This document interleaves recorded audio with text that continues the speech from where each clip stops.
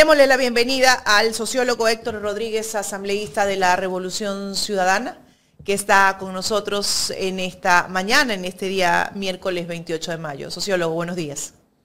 Muy buenos días, muchísimas gracias, un abrazo a la distancia.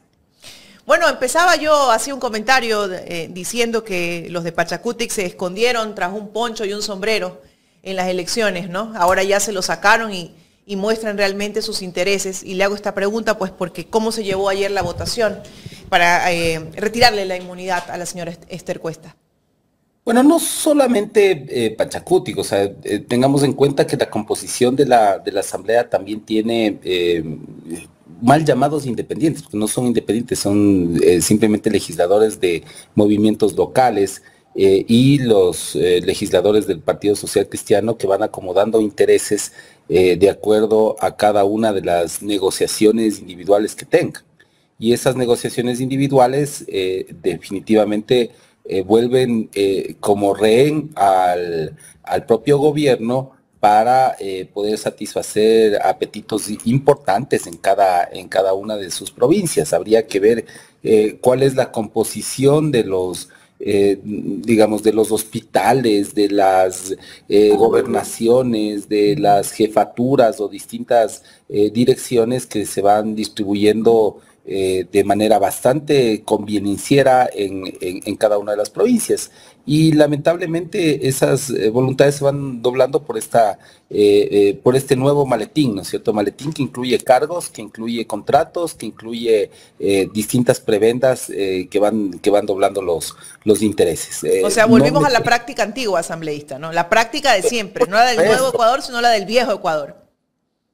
No diría, es que no hay características que nos hagan pensar en un Ecuador distinto al de la partidocracia, un Ecuador distinto al de las prácticas de los 90, en el cual el hombre del maletín se paseaba por los pasillos de la asamblea. Hoy cambian cafeterías por pasillos y espacios de toma de decisiones por fajos.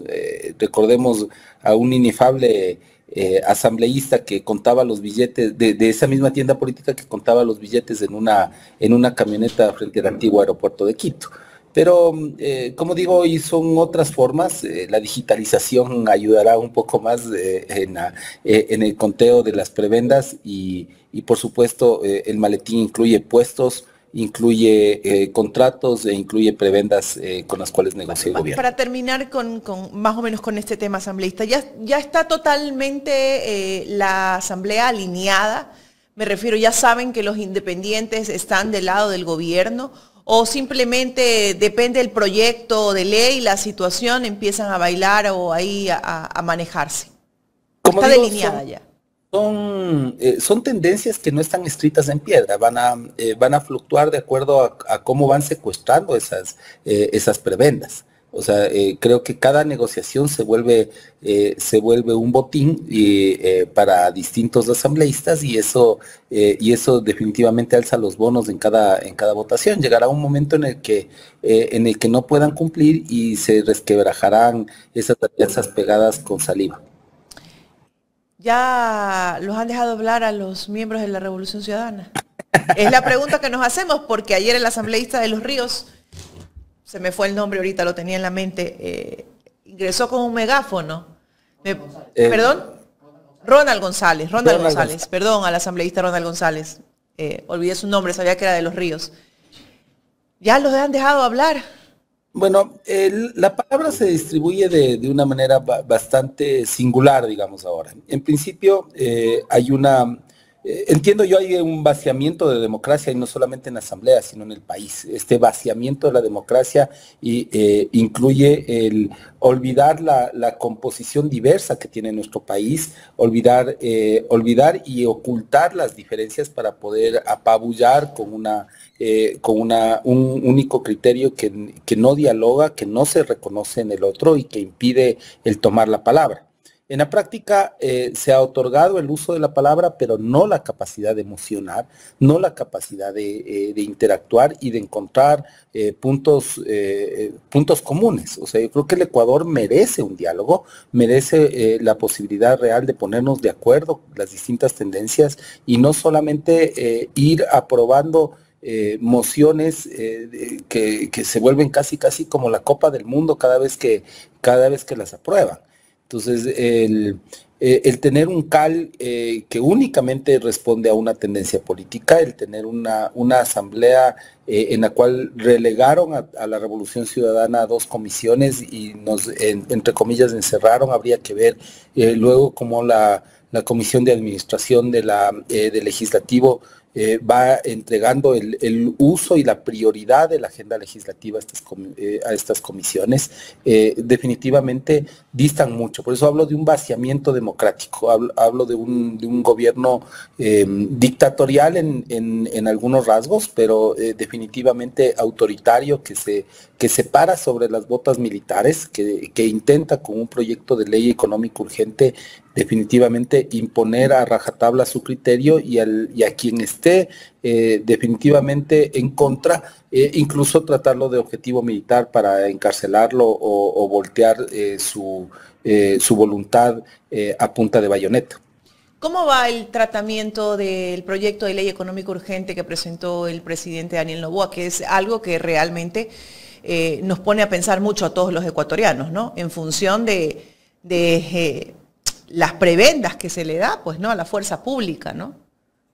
Bueno, es un proyecto de ley que, digamos, desde lo operativo está terminando su tratamiento para tener un primer informe y, en la comisión respectiva, que es la de Desarrollo Económico, y pasará al Pleno de la Asamblea, entendería yo, el día viernes.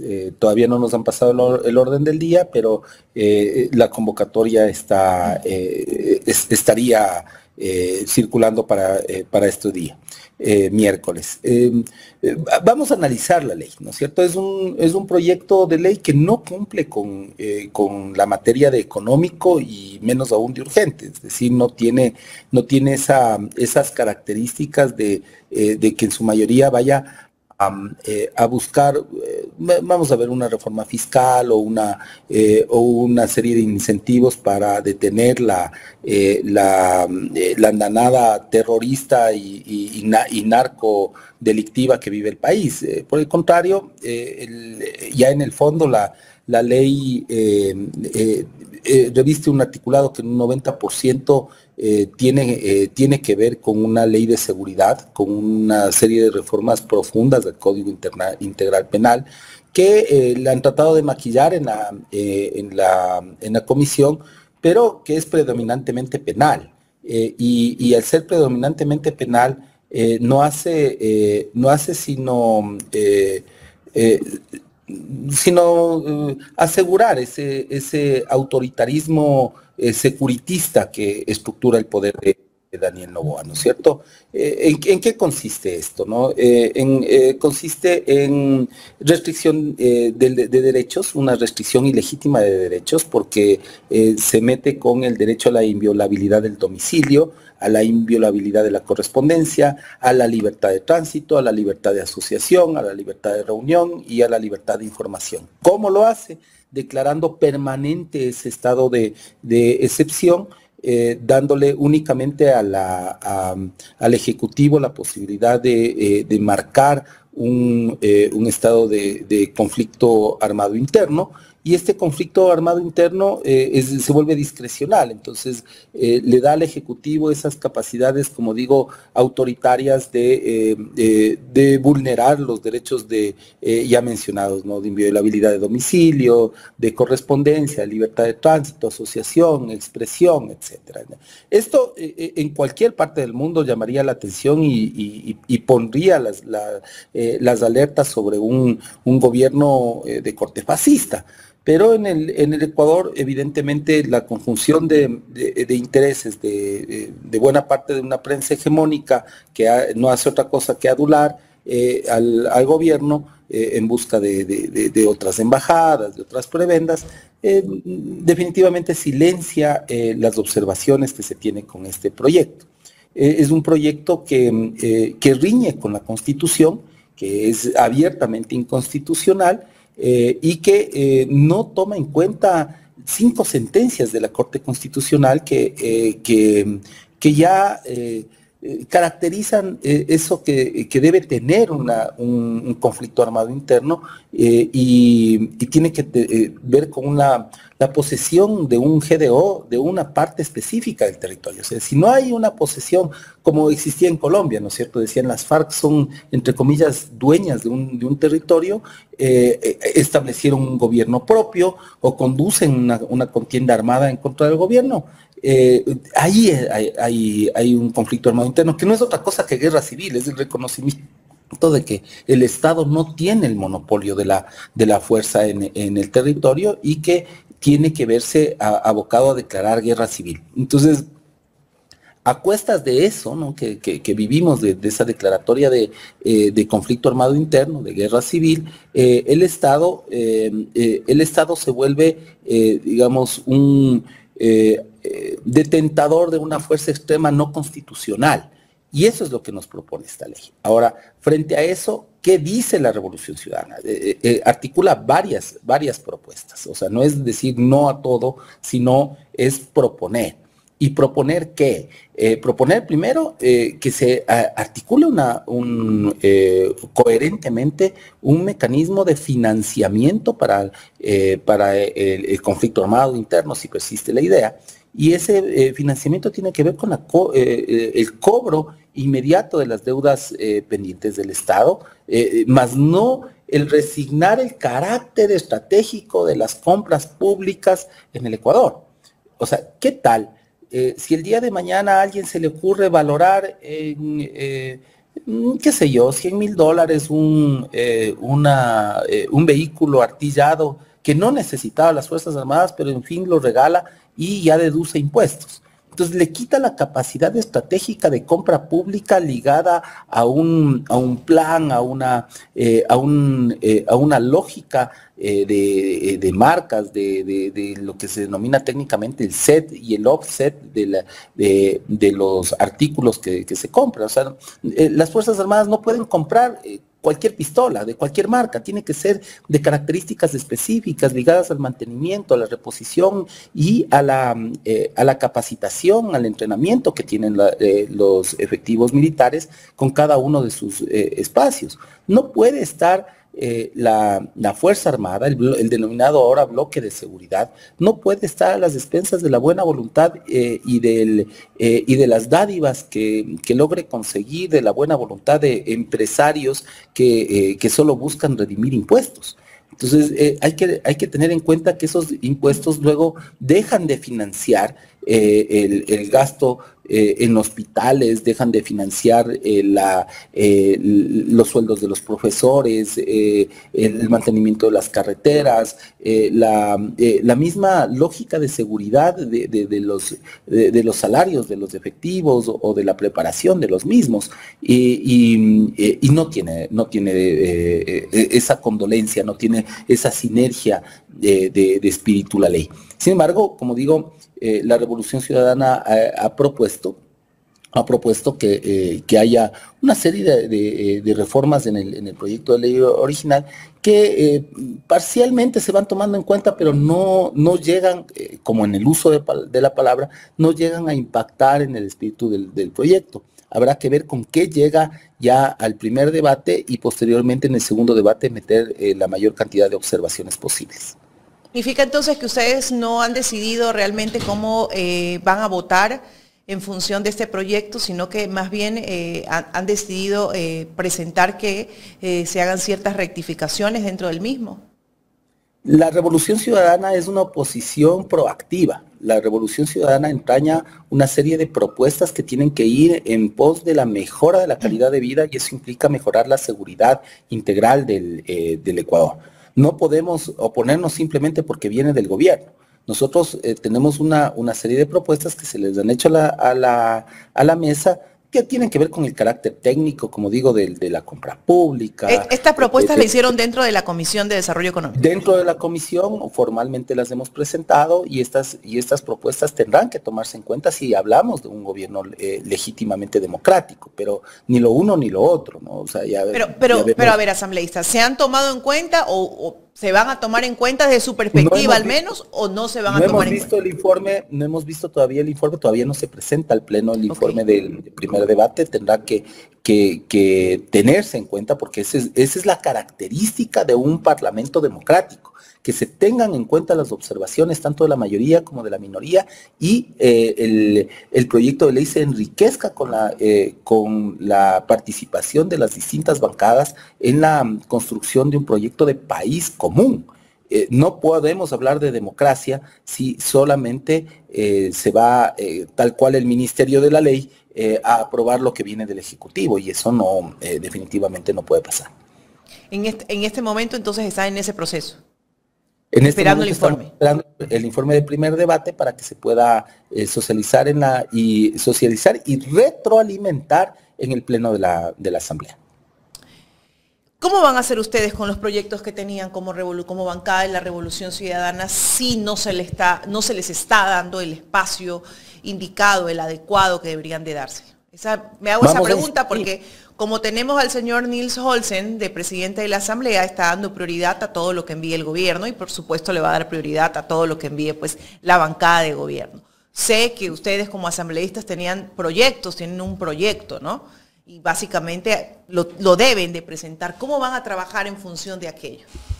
Nosotros tenemos la obligación de responder a nuestros más de 4 millones de votantes que nos exigen una coherencia tanto programática como ideológica dentro del manejo de las propuestas legislativas.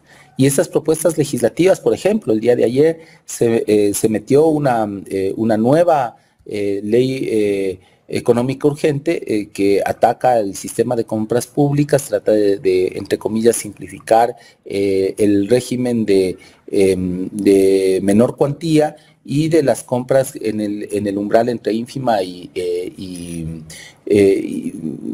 subasta inversa. Entre ínfima, ¿qué se refiere esto? Los procesos, o sea, el paso. Ínfima cuantía es el mínimo. Subasta el mínimo inversa. De 7,000 para abajo. Okay. Subasta inversa es, digamos que de 50,000 para arriba. Estoy poniendo umbrales arbitrarios, pero la idea es que en la mitad, con este proyecto de ley, se reduzcan los pasos y que tenga una mayor agilidad. En el espíritu de la ley, ahora habría que ver qué tanto esto mejora en la práctica. Lo cierto es que en campaña y en este mismo espacio yo lo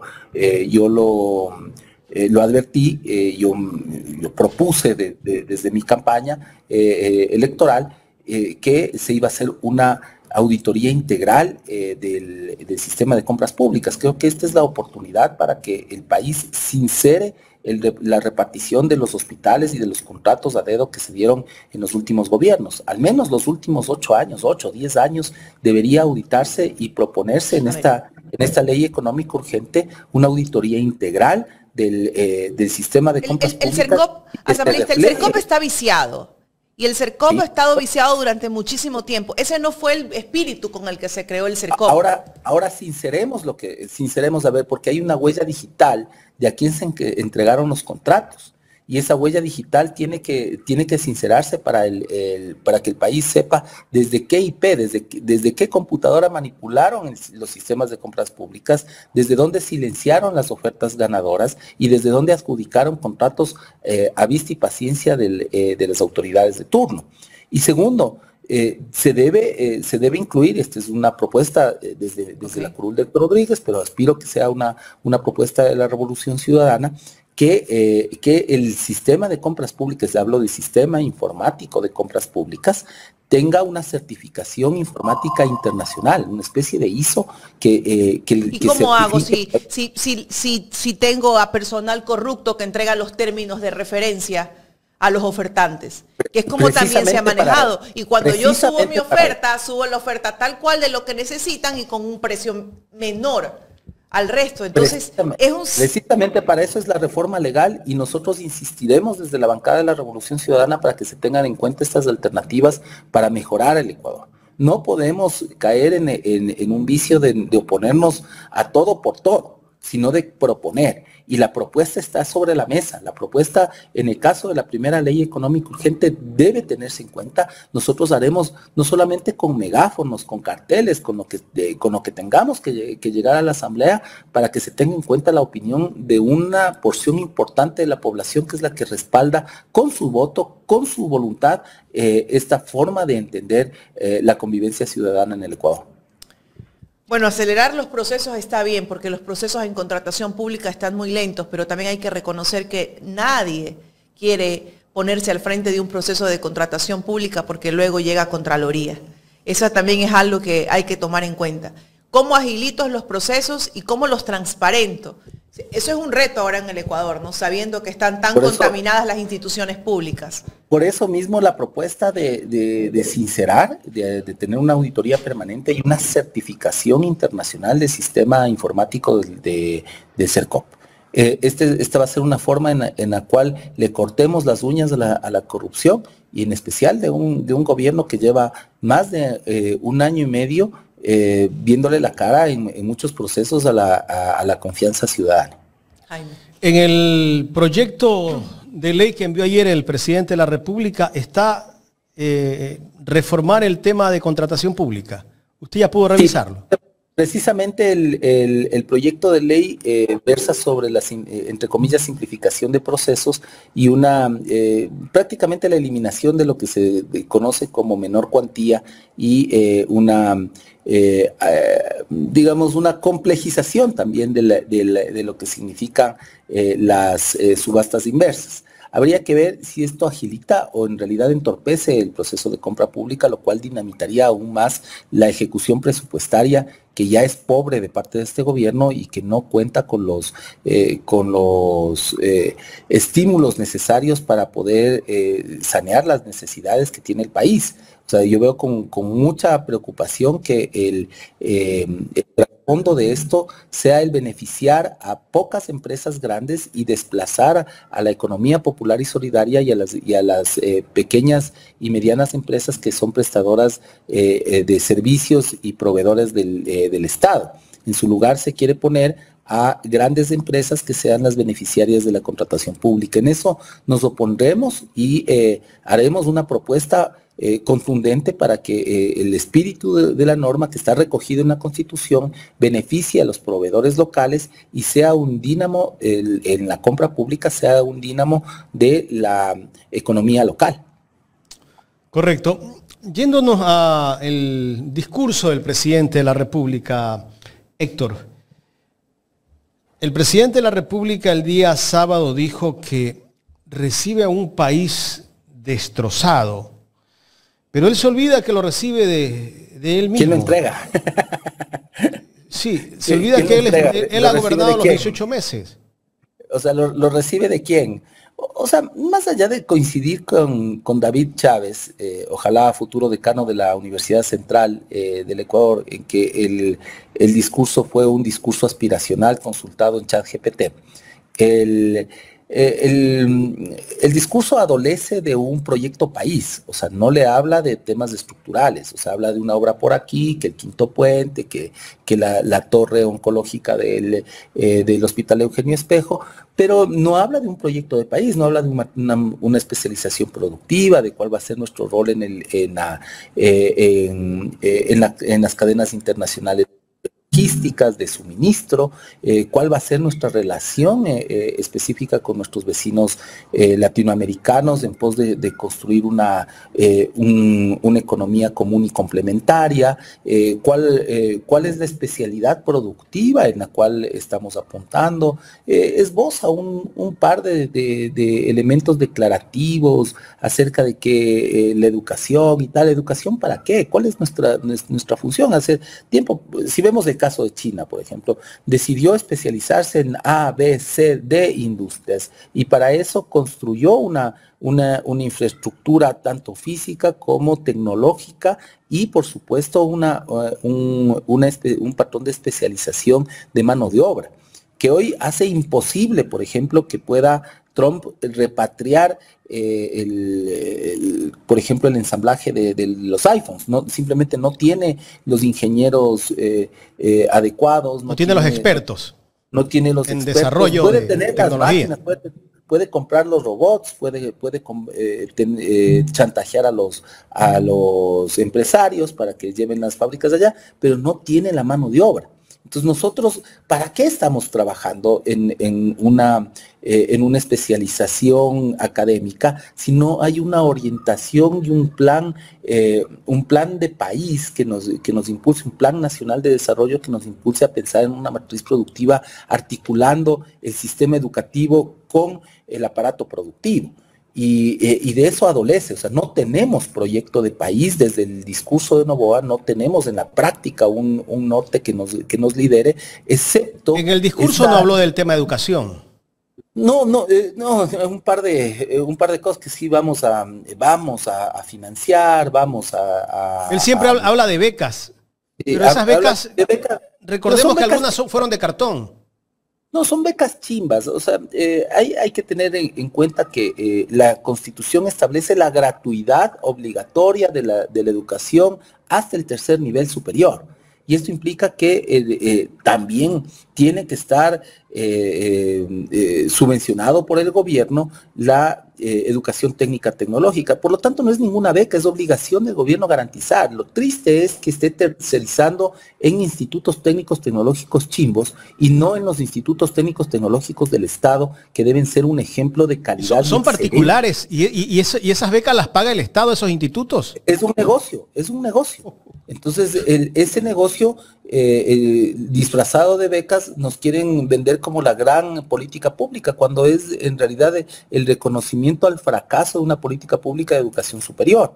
Pero yo quiero regresar al tema del proyecto de país. Ecuador es una startup del lobby político de Noboa, que ya yendo en concreto, se aleja de la vocación agroexportadora de su empresa familiar y se convierte en un intermediario de negocios como especulación financiera alrededor de la deuda pública, como grandes contratos petroleros. No olvidemos el intento de privatización del campo Sacha o de la venta de activos importantes del Estado como ciertas hidroeléctricas. Entonces, hay que reconocer que Noboa pretende gobernar desde su emprendimiento del lobby político de alto nivel.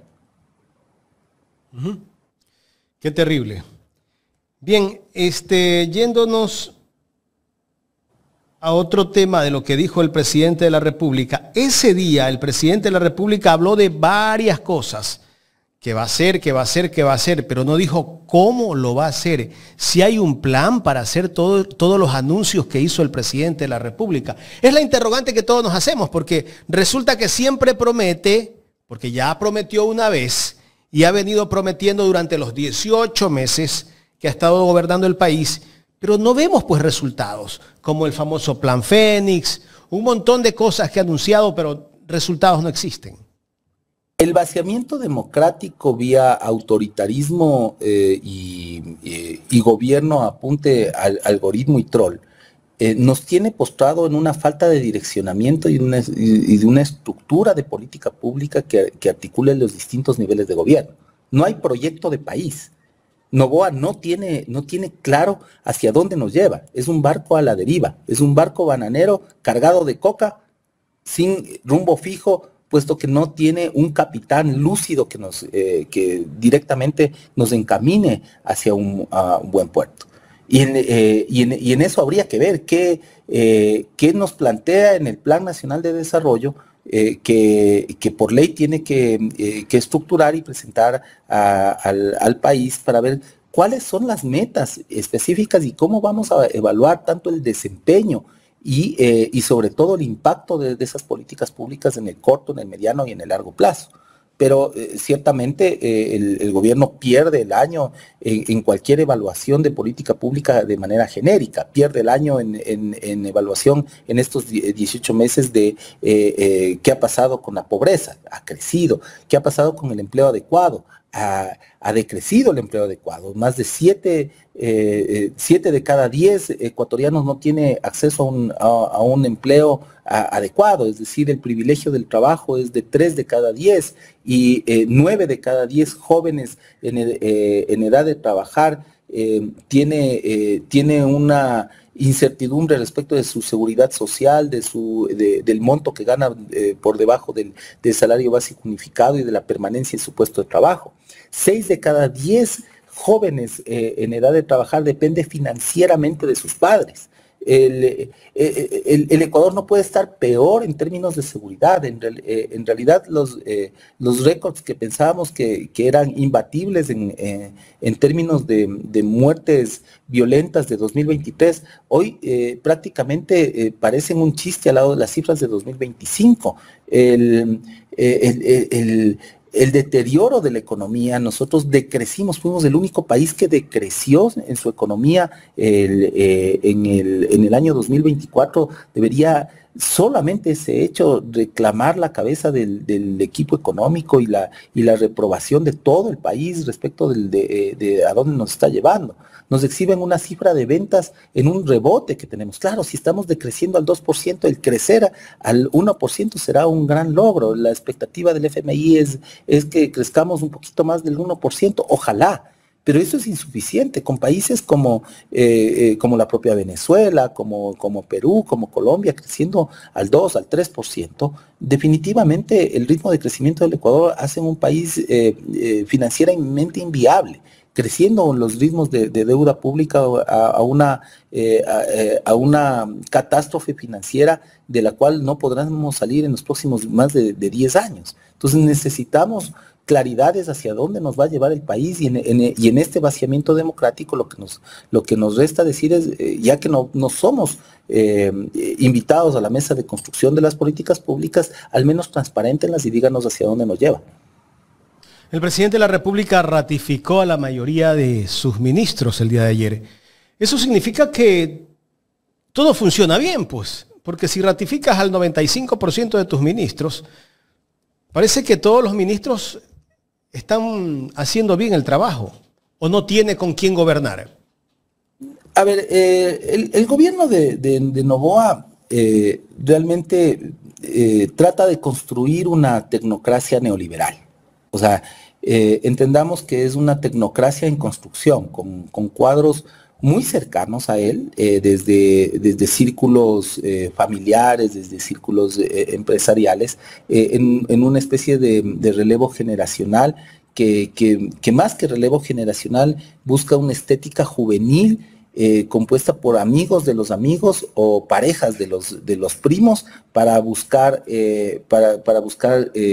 completar el cuadro de un equipo de gobierno. Pero todavía es incipiente esa tecnocracia neoliberal que necesita ser contraparte de los círculos de poder internacionales, llámese del FMI, del Banco Mundial, de los propios Estados Unidos. Tienen que tener una contraparte local para poder gobernar.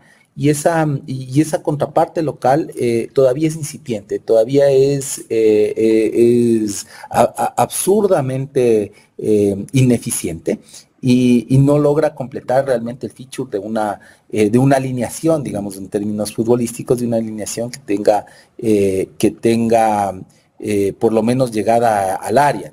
No han metido todavía un solo gol en el arco de la pobreza, de la desigualdad, del desempleo, de la inseguridad. Todavía no se aproximan ni siquiera al área. Entonces, ahí el director técnico está fallando y los jugadores no son los adecuados, pero se vende esa estética juvenil de una tecnocracia neoliberal acorde con los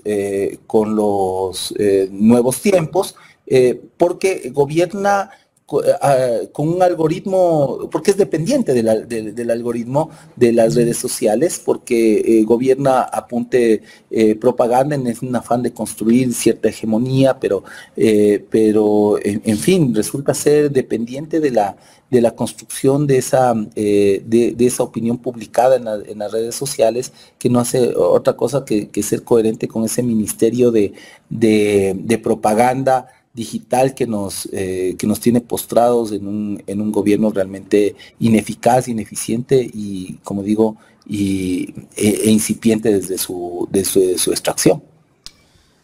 Estimado Héctor, queremos agradecerte por tu tiempo para conversar aquí en Ecuador en directo.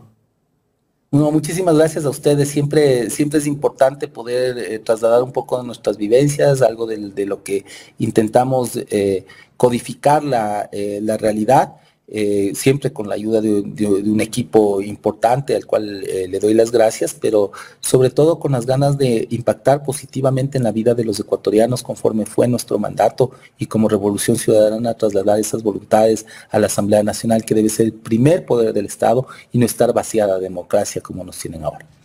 Gracias, sociólogo. El sociólogo Héctor Rodríguez, asambleísta de la RC, conversando con nosotros en esta mañana aquí en Ecuador en directo.